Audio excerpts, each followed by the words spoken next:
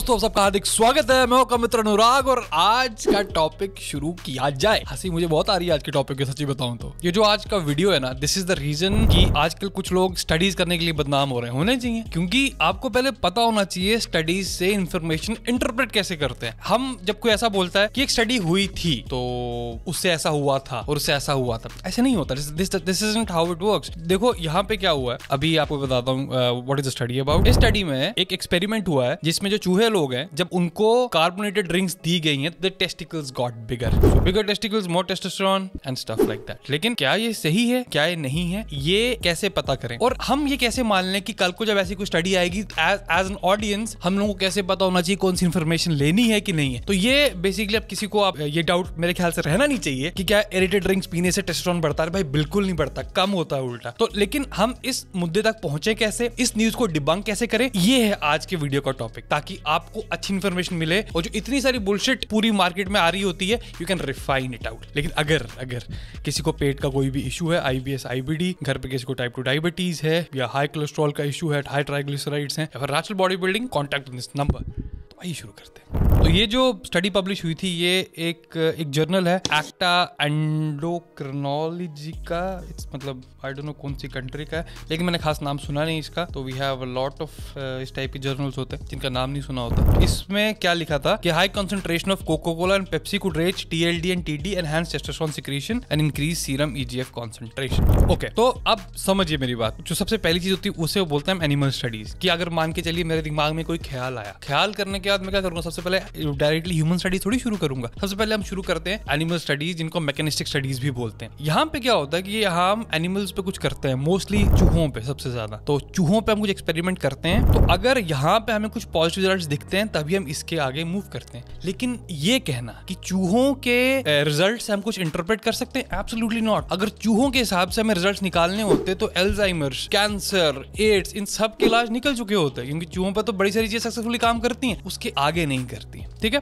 अब पहला पार्ट होता है ये। और इसके साथ साथ में कुछ ऐसे में पीयर रिव्यू स्टडीज, इनका मतलब इनको नहीं समझ आता, अभी आगे समझ आ जाएगा, मैं वो भी डाल दूंगा। कि जहां पे ये पता है हमें कि हम जब एक कार्बोनेटेड ड्रिंक्स पीते हैं ये हमारा टेस्टोस्टेरोन कम करती हैं, तो कोई गलती से भी ये मत सोचिएगा कि इस टाइप की ड्रिंक्स पीने से आपका टेस्टोस्टेरोन बढ़ सकता है, बिल्कुल नहीं होगा। बात करते हैं स्टडी डिजाइन की कि आगे क्या क्या चीजें होती हैं। तो अब एक बारी एनिमल ट्रायल्स निकल गए। एनिमल ट्रायल्स के बाद जो अगली चीज होती है उसे हम बोलते हैं पॉपुलेशन स्टडीज, कोहोर्ट स्टडीज। ठीक है, तो जो पॉपुलेशन और कोहोर्ट स्टडीज होती हैं, इनमें चीजें क्या होती हैं, इनमें ऐसा होता है कि आप एक बड़ी ग्रुप ऑफ पॉपुलेशन को एग्जामिन करते हैं। जैसे मान के चलिए एक सवाल हमारे पास आया कि क्या अंडे खाने से कोलेस्ट्रॉल बढ़ता है। तो आप क्या करते हो, आप जैसे मान के आप दिल्ली में रहते हो, ठीक है, दिल्ली में आप दिल्ली वाले लोंडे हाथ खड़ा करें भाई, खासकर वेस्ट दिल्ली या ईस्ट दिल्ली वाले। तो अगर मान के चलिए आप ईस्ट दिल्ली में रहते हैं, यमुना पार रहते हैं, या किसी एरिया में रहते हैं, तो वहां पे आपने आसपास सबको पूछना शुरू किया कि कितने लोग अंडे खाते हैं। तो आपने ये रेगुलर सवाल पूछते हैं, आपको पता कि हमारे एरिया में इतने लोग अंडे खाते हैं। तो अब इसके बाद आपने क्या किया, 1 साल के बाद सबका ब्लड वर्क कराया, और ब्लड वर्क कराने के बाद आपने ये देखा कि मैक्सिमम लोगों का कोलेस्ट्रॉल बढ़ा हुआ है। तो क्या आप इस आंसर पे आएंगे कि एग्स रेजेस कोलेस्ट्रॉल? इसे बोलते हैं पॉपुलेशन स्टडीज, कोहोर्ट स्टडीज। अब देखो इसमें क्या हो भी सकता है, हाँ भी और नहीं भी। अब हाँ को तो समझ आ गया कि अंडे खाते थे और कोलेस्ट्रॉल बढ़ गया, लेकिन नहीं क्या आपको ये पता कि अंडों के अलावा बाकी चीजें क्या खाते थे, वो जंक कितना खाते थे, वो ऑयल कौन सा यूज करते थे, वो एक्सरसाइज करते हैं कि नहीं है, उनकी नींद ठीक है कि नहीं है। तो जब ये सारी की सारी चीजें हमें चाहिए होती हैं, तब आता है जो नेक्स्ट लेवल हमारा ट्रायल्स का, उनको बोलते हैं रैंडम कंट्रोल ट्रायल्स। अब रैंडम कंट्रोल ट्रायल्स बहुत नाम सुना, RCTs एक काफी गोल्ड स्टैंडर्ड माना जाता है जब हम रिसर्च की बात करते हैं। तो इसमें क्या होता है कि जैसे इस केस में हम 2 सेट ऑफ पॉपुलेशन को पकड़ेंगे, एक को अंडे देंगे, एक को अंडे नहीं देंगे, और उनका पूरा सिस्टम हम ही कंट्रोल करेंगे for let's say 8 weeks 12 weeks, जितना हमारी स्टडी का बजट होगा। तो यहाँ पे जो आंसर मिलेगा काफी अच्छा मिलेगा। क्यों? क्योंकि हम सारे फंक्शंस कंट्रोल कर रहे हैं, हम डाइट दोनों की बिल्कुल सेम रख रहे हैं, सिर्फ एक केस में अंडे डाल रहे हैं, केस में अंडे नहीं डाल रहे। This is what random control trial is. ठीक है, तो इसका जब इंफॉर्मेशन मिली तो ठीक है, हम कुछ डिग्री ऑफ कॉन्फिडेंस से बोल सकते हैं कि कुछ तो ठीक है। मेरे लिए पर्सनली अगर मैं आपको अपनी आप बताऊं तो मैं कैसे जज करता हूं कि कोई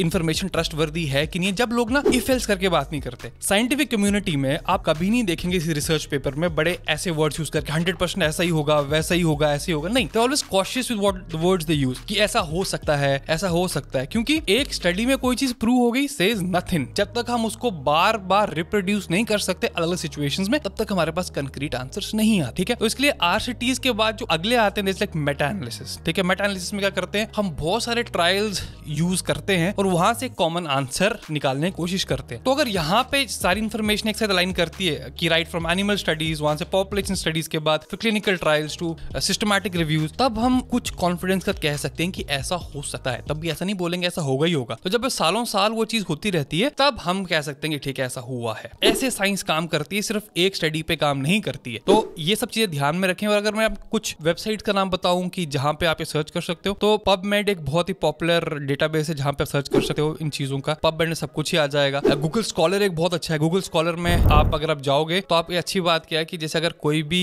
आप सर्च करते हो, जैसे लेट्स अज्यूम आपने, मैं भी कुछ सर्च करता हूँ, let me take Google Scholar. Google Scholar में let's assume I search IBS diet, ठीक है, IBS डाइटरी मैनेजमेंट, तो सर्च करके आ गया। अब देखो अच्छी बात क्या है, आप टाइप सेलेक्ट कर सकते हो कि रिव्यू आर्टिकल्स हैं कि नहीं है, डेट भी सिलेक्ट कर सकते हो। और अगर कोई स्पेसिफिक चीज करनी है तो यहाँ पे आके एडवांस सर्च भी है जो आप यूज कर सकते हो। तो इसमें बड़ी सारी चीजें हैं कि आपको वर्ड्स कौन से चाहिए, आपको कौन सा ऑथर चाहिए, कौन सी डेट चाहिए, तो ये सारी की सारी चीजें आप आराम से सिलेक्ट कर सकते हो। और एक अच्छी बात क्या है, जैसे अगर कोई भी इसमें डालोगे, जैसे अगर आप इसके साथ देखो PDF साथ में, तो डायरेक्टली लिंक खुल जाता है। पबमेड में कई बार ये सुविधा नहीं होती, तो I kind of like this part. आपको एक और हैक देता हूँ, this is website called SciHub। तो SciHub अगर आप जब सर्च करोगे, क्योंकि आप लोगों ने सब्सक्रिप्शन ले नहीं रखी होंगी काफी सारी चीजों की, तो 2 साल पुराने आपको जितने मेडिकल जर्नल्स हैं मैक्सिमम फ्री में मिल जाएंगे SciHub करके। मैंने कुछ बोला नहीं वैसे लेकिन SciHub is like really good. मैंने RCTs की बात की और जो मैंने मेटा एनालिसिस की बात की, तो कोक्रेन लाइब्रेरी है, ये इज लाइक यहाँ पे सिर्फ इसी लेवल के ट्रायल्स मिलते हैं जो सबसे हाईएस्ट डिग्री के होते हैं। तो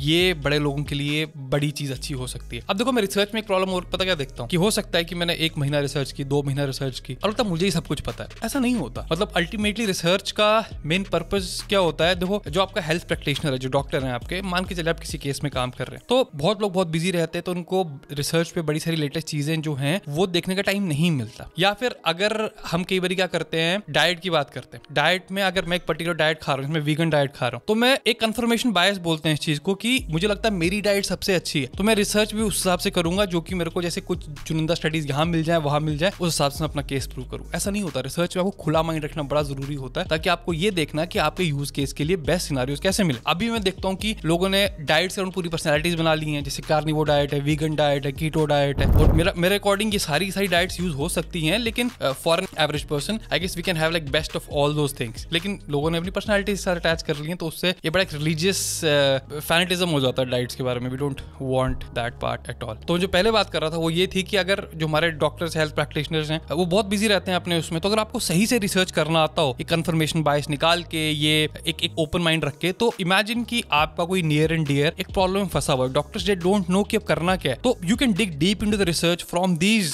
अच्छे जो प्लेटफॉर्म्स जिन पे अच्छी डिपेंडेबल इंफॉर्मेशन। ऐसे नहीं कि गूगल पे, इंस्टाग्राम पे, फेसबुक पे कुछ भी आर्टिकल पढ़ लिया और बोला कि ऐसे ही करो। कई बार ट्राई करने से होता क्या है कि नुकसान हो सकता है, तो लेकिन जब यहाँ पे ऐसी चीजें हैं, जब सिस्टमैटिक रिव्यूज हुए हैं, तो आपको पता है कि इन्फॉर्मेशन अच्छी है, और अब जितना इसको पढ़ते जाओगे ना उतना it will all make sense to you. मेरे को पढ़ते पढ़ते ऑलमोस्ट 7-8 साल हो गए हैं रिसर्च पेपर्स। स्टार्टिंग में इट वाज लाइक यार ये बहुत ही मुश्किल लग रहे हैं, लेकिन regularly day in day out आप चीजें पढ़ने लगते हो ना, एवरीथिंग स्टार्ट्स मेकिंग सेंस। जो जार्गन जिसमें बड़े सारे होते हैं वो आप पहले एक बार गूगल कर लो, अच्छे से समझ लो, पढ़ लो, तो क्योंकि वो बड़े सिमिलर रिपीट होते रहते हैं, बड़े से स्टैटिस्टिकल टेक्निक्स हैं, बड़ी सारी बाकी चीजें हैं, वो Aahista Aahista start making sense. लेकिन like any other skill, reading research papers and getting information out of them is again a skill. जितना टाइम लगाओगे उतने बेटर होंगे। लेकिन अल्टीमेटली एक बात याद रखिए, रिसर्च का सबसे बेस्ट जो यूज केस है वो ये कि अच्छे सॉल्यूशंस निकालना, लेकिन having an open mind is super duper important to it. और करना आजकल और जरूरी क्यों हो गया है, क्योंकि देखो नहीं तो इस टाइप के लोग, कुछ लोग तो पक्का होंगे उन्होंने कोल्ड ड्रिंक पीना शुरू कर दी कि भाई इससे मेरा टेस्टोस्टेरोन ज्यादा होगा। इससे बिल्कुल नहीं होगा। तो guys I hope this video is worth your time. I will see you next time. Till then bye.